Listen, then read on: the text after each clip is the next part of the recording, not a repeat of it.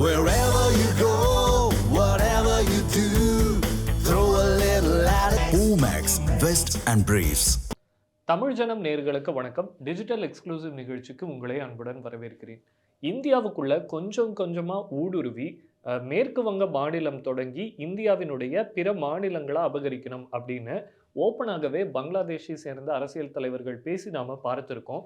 இந்த சூழ்நிலையில தான் மேற்கு வங்கத்தில் பாஜக வெற்றி பெற்று ஆட்சியை அமைக்குது. பாஜக ஆட்சி வெஸ்ட் பெங்கால்ல அமைஞ்சதிலிருந்தே பங்களாதேஷ்ல பார்த்தோம் அப்படின்னு சொன்னா ஒரு மிகப்பெரிய அரசியல் குழப்பம் அப்படின்றது ஏற்பட்டிருக்கு. தொடர்ந்து அவங்க மேற்கு வங்கத்திற்கு எதிராகவும் இந்தியாவுக்கு எதிராகவும் பிரச்சாரங்களை தீவிரப்படுத்தியிருக்காங்க.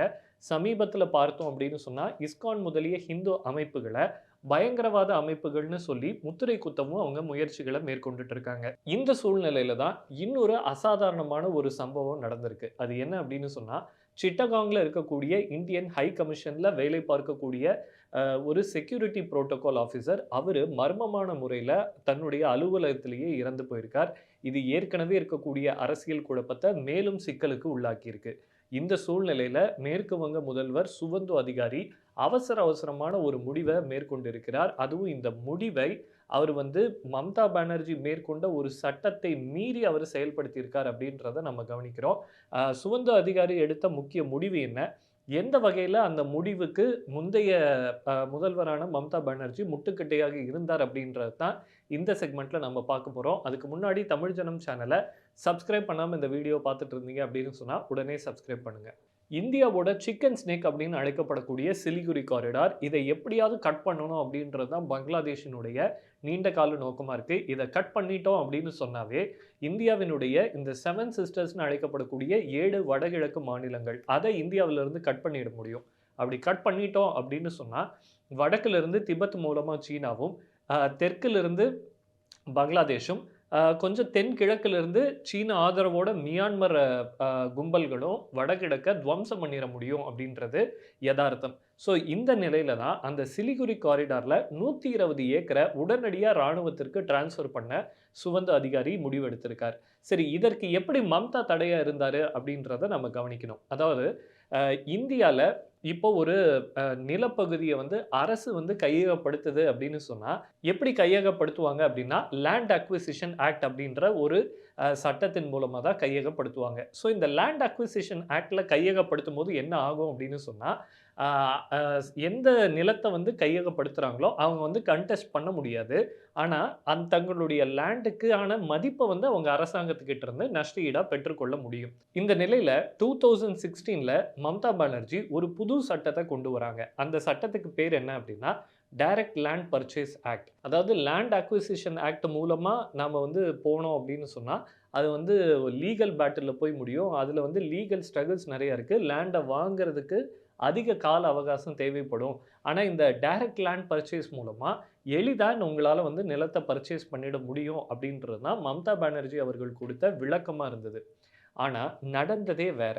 டைரக்ட் லேண்ட் பர்ச்சேஸ் ஆக்ட் என்ன சொல்லுது அப்படின்னு சொன்னால், இப்போது சென்ட்ரல் கவர்மெண்ட் வெஸ்ட் பெங்காலில் லேண்டை பர்ச்சேஸ் பண்ணணும் அப்படின்னு சொன்னால் அவங்க ஓனர்ஸ் கிட்ட டைரெக்டாகவே பேசலாம். பேசி அவர்கள் சம்மதம் சொன்னால் அந்த லேண்டை வாங்கிக்கலாம். ஆனால் இதை எப்படி பண்ண முடியும் அப்படின்னா, ஸ்டேட் கவர்மெண்ட் அப்ரூவல் கொடுத்தா தான் இதை பண்ண முடியும் அப்படின்னு சொல்லுது இந்த டைரக்ட் லேண்ட் பர்ச்சேஸ் ஆக்ட்.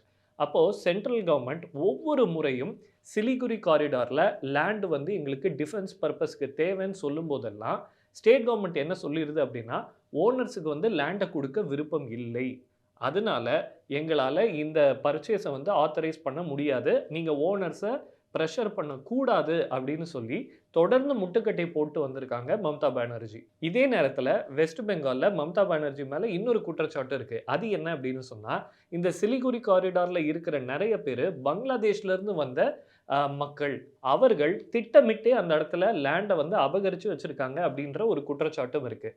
அப்போது இந்த நெக்ஸஸ் எப்படி முடியுது அப்படின்னு சொன்னால், மம்தா பானர்ஜி தலைமையிலான வெஸ்ட் பெங்கால் அரசே திட்டமிட்டு பங்களாதேஷிகளை உள்ள அனுமதிக்கிறது மட்டும் இல்லை, அந்த இடத்துல central government land acquisition act மூலமாக எந்த ஒரு லேண்டையும் பர்ச்சேஸ் பண்ணி டிஃபென்ஸ் எஸ்டாப்ளிஷ்மெண்ட்டை மேற்கொள்ள விடாமல் தடுப்பதற்காகத்தான் இந்த டைரக்ட் லேண்ட் பர்ச்சேஸ் ஆக்ட் அப்படின்றத கொண்டு வந்திருக்காங்க அப்படின்னும் ஒரு குற்றச்சாட்டு எழுந்தது. அது மட்டும் இல்லை, இந்த டைரக்ட் லேண்ட் பர்ச்சேஸ் ஆக்டில் இன்னொரு விஷயமும் இருக்குது. சென்ட்ரல் கவர்மெண்ட்டு லேண்டை வாங்கணும் அப்படின்னா ஸ்டேட் கவர்மெண்ட் ஒப்புதல் வேணும். ஆனா ஸ்டேட் கவர்மெண்ட் லேண்டை வாங்கணும் அப்படின்னு சொன்னா யாருடைய ஒப்புதலும் தேவையில்ல. டைரக்ட்டா அவங்க ஓனர்ஸ் கிட்டயே பேசிறலாம். ஓனர்ஸால எந்தவித எதிர்ப்பையும் தெரிவிக்க முடியாது. அது மட்டும் இல்ல, இதுல இன்னொரு முக்கியமான விஷயமும் இருக்கு. ஸோ லேண்ட பர்ச்சேஸ் பண்றதே இப்ப கடினமாயிடுச்சு. அத மீறி பர்ச்சேஸ் பண்ணாலும், மார்க்கெட் வேல்யூ என்னவோ அத ஓனர்ஸுக்கு குடுக்கணும்.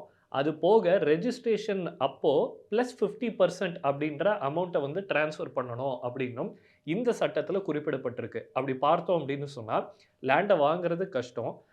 ஒருவேள அத மீறி லேண்ட ரெஜிஸ்டர் பண்ண போனாலோ, லேண்டினுடைய மதிப்பு 10 கோடின்னு இருந்தா, இவங்க பிளஸ் கூடுதலா ஒரு 50,00,000 செலவழிக்க வேண்டிய ஒரு சூழ்நிலையும் உருவாகும். அப்போ ஒவ்வொரு முறையும் லேண்ட் அக்விசிஷன் அப்போ சென்ட்ரல் கவர்மெண்ட்டுக்கு கூடுதல் நிதி சுமையையும் இந்த சட்டத்தின் மூலமா மம்தா பானர்ஜி ஏற்படுத்தினதா சொல்லப்படுது. இதுல இன்னொரு விஷயமும் இருக்கு. அது என்ன அப்படின்னு சொன்னா, சென்ட்ரல் கவர்மெண்ட் லேண்ட வாங்கணும் அப்படின்னா ஸ்டேட் கவர்மெண்ட் அப்ரூவல் வேணும்.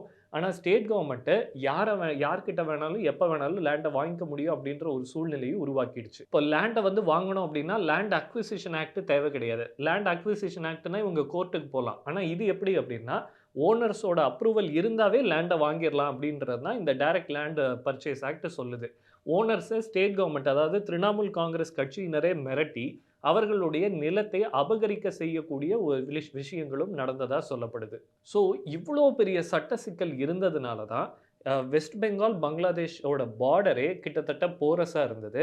அந்த போரஸ் பார்டர்ஸ் வழியா ஒவ்வொரு நாளும் பங்களாதேஷிஸ் இந்தியாவுக்குள்ள நுழைஞ்சுக்கிட்டே இருக்காங்க. நம்ம ஏற்கனவே பார்த்த மாரி இந்த சூழ்நிலை அப்படின்றது ரொம்பவுமே ஒரு அசாதாரண நிலையை எட்டி இருக்கக்கூடிய நிலையில தற்போது சுவந்து அதிகாரி 120 ஏக்கர் லேண்ட சென்ட்ரல் கவர்மெண்ட்டுக்கு குடுக்க போறதா தற்போது தகவல் வெளியாயிருக்கு. இதன் மூலமா சிலிகுரி காரிடாரினுடைய பாதுகாப்பு மட்டும் இல்லாம வெஸ்ட் பெங்கால் மற்றும் என்டையர் வடகிழக்கு மாநிலங்களினுடைய பாதுகாப்பையும் உறுதி செய்திருக்கிறார் சுவந்து அதிகாரி. உண்மை இப்படி இருக்க வழக்கம் போல மம்தா பானர்ஜி வெஸ்ட் பெங்கால்ல பாஜக ஆட்சி அமைச்சாலும் சென்டர்ல பாஜகவை வீழ்த்துவோம் அப்படின்னு சொல்லி இப்ப குரல் கொடுத்துக்கிட்டு இருக்காங்க. இனி வெஸ்ட் பெங்கால் பங்களாதேஷ் இந்த அரசியல் எங்க போகுது அப்படின்றத பொறுத்திருந்து பார்ப்போம். இந்தியா பங்களாதேஷ் பார்டர் டிஸ்பியூட் அப்டேட்ஸை உடனுக்குடன் தெரிந்து கொள்ள தொடர்ந்து தமிழ் ஜனமுடன் இணைந்திருங்கள். இது போன்ற சுவாரஸ்யமான புது தகவல்களை தெரிஞ்சுக்க தமிழ் ஜனம் சேனலை உடனே சப்ஸ்கிரைப் பண்ணிக்கோங்க.